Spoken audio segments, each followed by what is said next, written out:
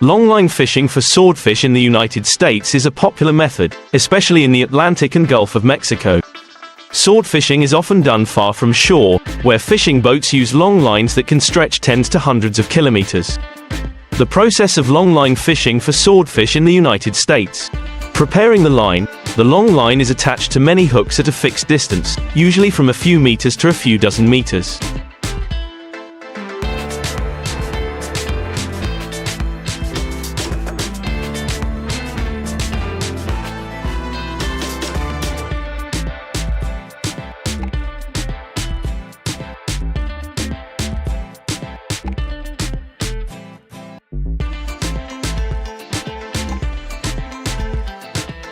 Each hook is baited, usually fish or artificial bait. Casting the line is dropped into the sea from the fishing boat, with buoys to maintain the appropriate depth. The line is usually cast at night or early in the morning when swordfish are most active. Waiting for the fish to bite, the fishing boat will often move or anchor while waiting for the fish to bite. The waiting time can last from a few hours to a day. Retrieving the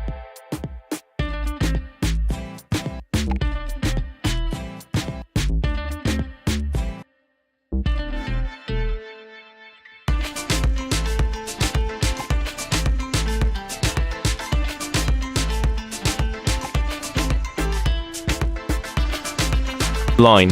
After waiting for a sufficient amount of time, the line is retrieved. Hooked swordfish are hauled aboard and then processed on board, usually by decapitation, cleaning, and refrigeration to ensure meat quality. In the United States, longline swordfishing is strictly regulated by the National Oceanic and Atmospheric Administration, NOAA, to protect swordfish stocks as well as non-target species such as sea turtles and seabirds.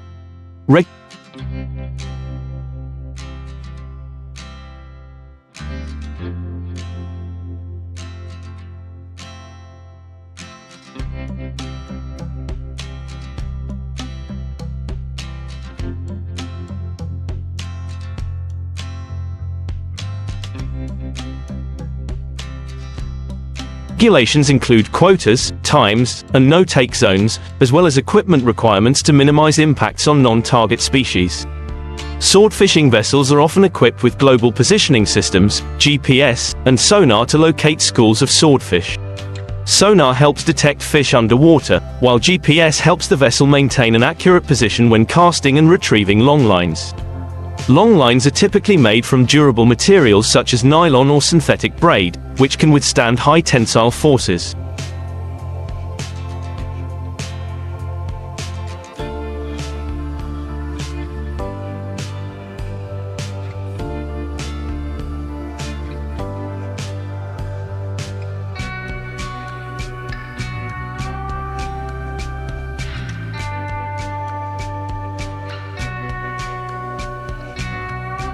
Hooks come in a variety of sizes, depending on the size of swordfish the fisherman is hoping to catch. To protect non-target species, fishermen can use circle hooks to reduce the risk of entanglement for sea turtles and other species. Swordfish are often attracted to live bait or artificial bait that has a bioluminescent glow. Popular baits include small fish such as mackerel, sardines, or artificial bait that mimics the shape and movement of fish. Buoys are used to keep the line at a certain depth below.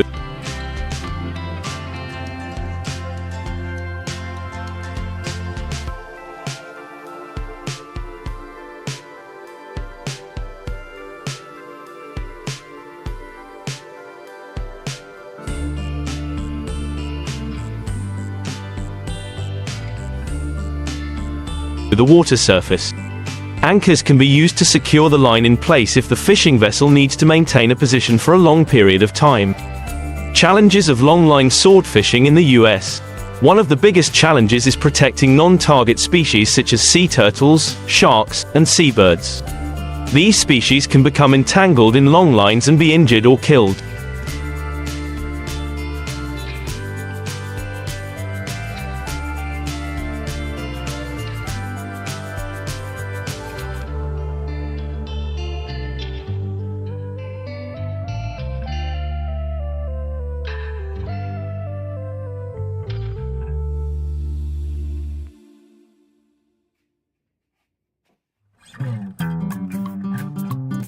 Therefore, fishermen must adhere to mitigation measures such as the use of circle hooks and seabird repelling devices. Sword fishing is often done in offshore waters where weather conditions can be harsh. Storms, large waves, and strong currents can make it difficult to cast and retrieve lines, as well as pose a safety risk to fishermen. Swordfish prices can fluctuate seasonally and based on market demand. Fishermen must carefully consider when to set out and how much fish to catch to ensure a profit without depleting the natural resource.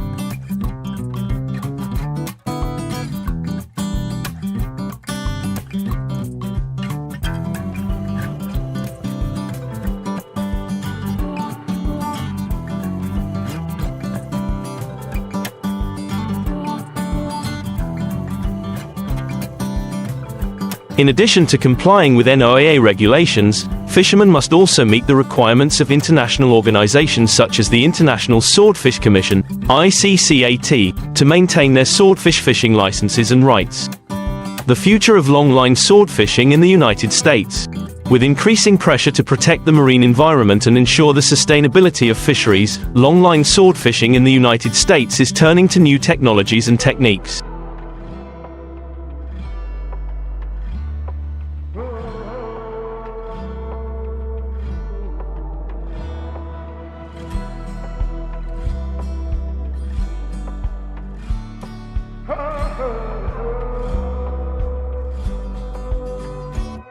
Research is underway to develop more environmentally friendly baits and hooks, as well as methods to minimize impacts on non-target species. Sword fishing remains an important industry in the United States, contributing to the economy and providing jobs for thousands of people. However, the sustainability of the industry depends on fishermen and managers being able to balance economic benefits with environmental protection.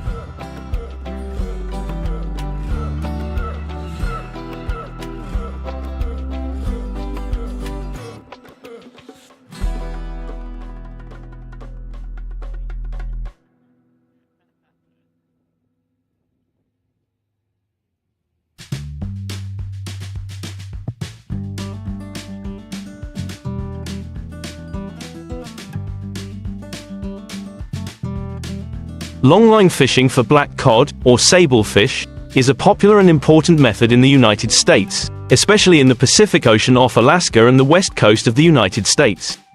Black cod is highly prized for its tender, fatty, and nutritious meat. Longline fishing is designed with thousands of hooks spaced several meters apart. Each hook is baited, usually with small fish or artificial bait. The line is dropped into deep water where black cod live. The fishing boat drops the long line from the stern, lowering the line from the surface to depths of 200 to 1,000 meters, where black cod often feed.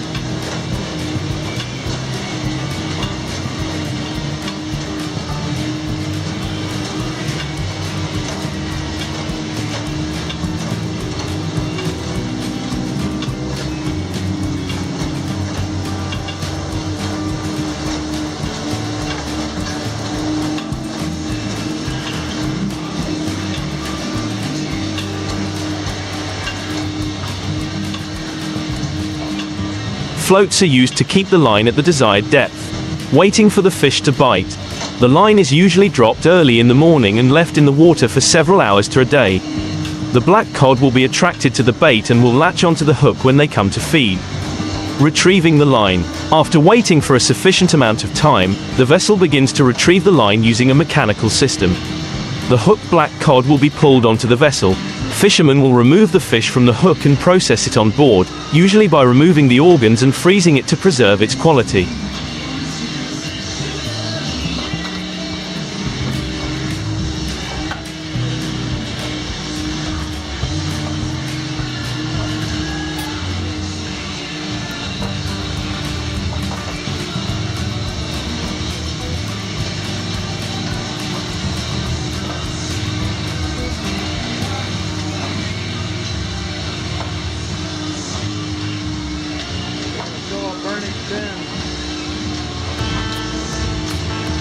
Preservation and transportation. After being processed, the black cod will be stored in cold or deep frozen compartments on board. The fish are then transported to shore for processing and consumption. Fishing vessels are often equipped with a mechanical system to retrieve long fishing lines, saving labor and minimizing processing time. This system includes automatic reels and fish removing equipment, sonar and positioning equipment. Black cod fishing vessels use GPS and sonar to search for deep water where the fish live. Sonar equipment is especially useful in detecting black cod on the seabed.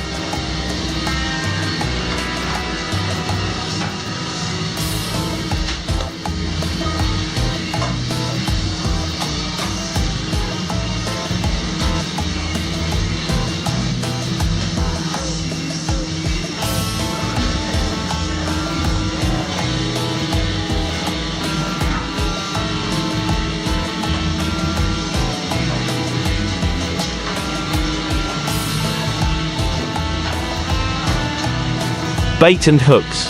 Hooks are typically round to minimize the risk of injuring non-target species. Bait is a small fish or artificial bait designed to attract black cod.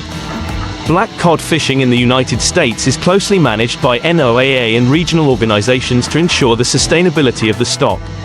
Management measures include catch quotas, fishing seasons, and catch reporting requirements. Environmental impacts. Longline fishing for black cod also poses a risk to non-target species such as sharks, seabirds, and sea turtles.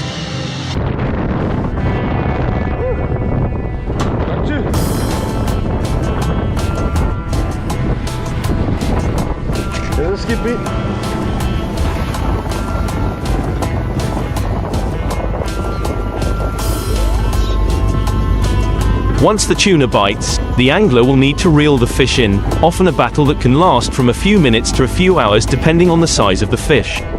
Chumming and chunking. The angler will drop a large amount of chum into the water to attract the tuna to the boat.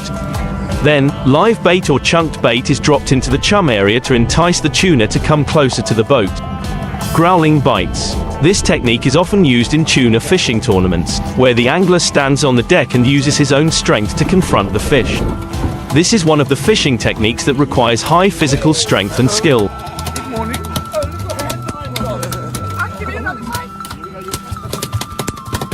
How's that Becky, bro? Is it going good? Trying to get them out the way. So they're coming. Check him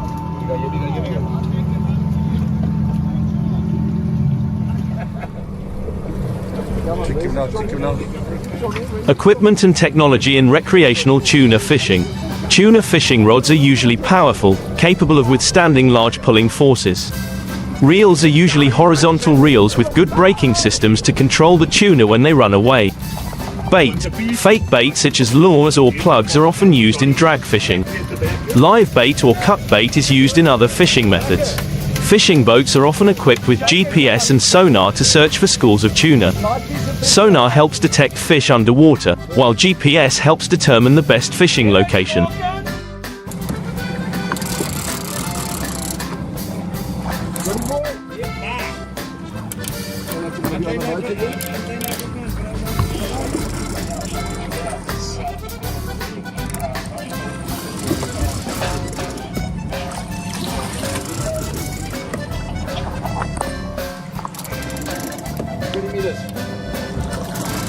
Challenges of recreational tuna fishing. Physical strength and skill. Tuna fishing, especially for large species such as bluefin tuna, requires a high level of physical strength and skill. Tuna fishing can be long and intense. Safety at sea. Tuna fishing often takes place far from shore, where weather conditions can change rapidly. Fishers need to be knowledgeable about marine safety and be well prepared. Due to pressure from commercial and recreational fishing, some tuna species such as bluefin tuna are endangered.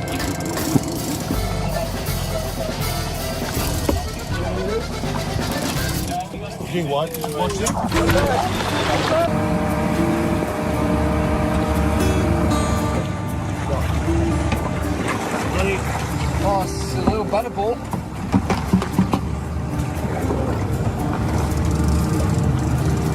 There comes the colour. That's not that small. Oopsie. Recreational fishermen are often encouraged or required to adhere to quotas, fish size, and catch and release rules to protect this resource. The future of recreational tuna fishing. Recreational tuna fishing continues to grow due to the passion of fishermen and the organization of international tournaments. However, with the growing awareness of environmental protection and natural resources, regulations and protections for tuna will continue to be tightened, ensuring that this activity can continue to be sustainable in the future. This is one of the most popular tuna fishing destinations in the United States, especially near Florida and Louisiana.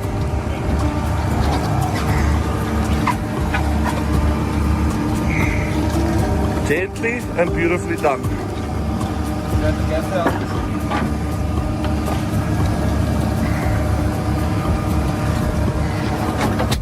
That is a fine 8-point butterball. Ending to an epic day. Bit of sushi for a fry. The area is famous for yellowfin tuna, and many recreational fishing trips are organized year-round. The best time to fish for tuna here is usually from April to September. San Diego, California. San Diego is a popular destination for bluefin tuna and yellowfin tuna. Tuna fishing trips usually last from a few days to a week, with trips offshore to deep-sea areas where tuna congregate. Cape Hatteras, North Carolina. Cape Hatteras is famous for bluefin tuna and is one of the places where major tuna fishing tournaments are held.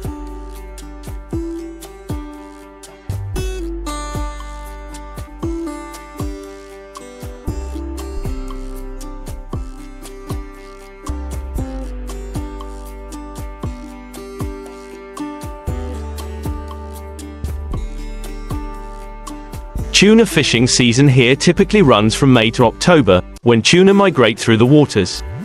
Hawaii. Hawaii is a great destination for tuna fishing, with species like yellowfin and big-eye tuna. Fishing trips here not only offer the chance to catch big fish, but also stunning scenery and clear waters.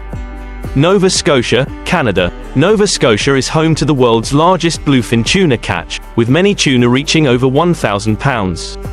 This is a great place for giant tuna enthusiasts, with the season running from August to October.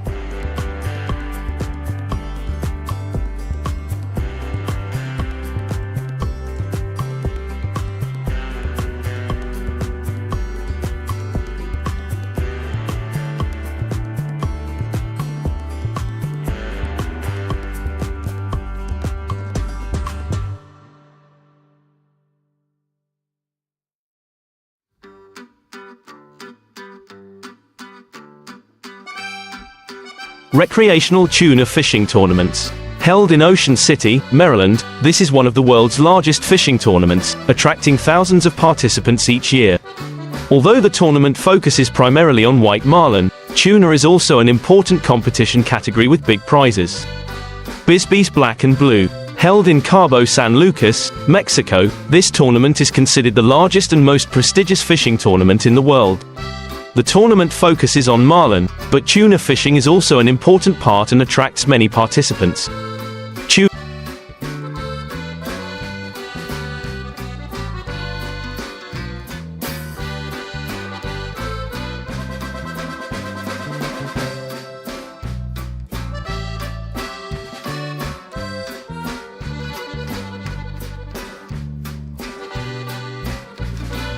Tuna Shootout.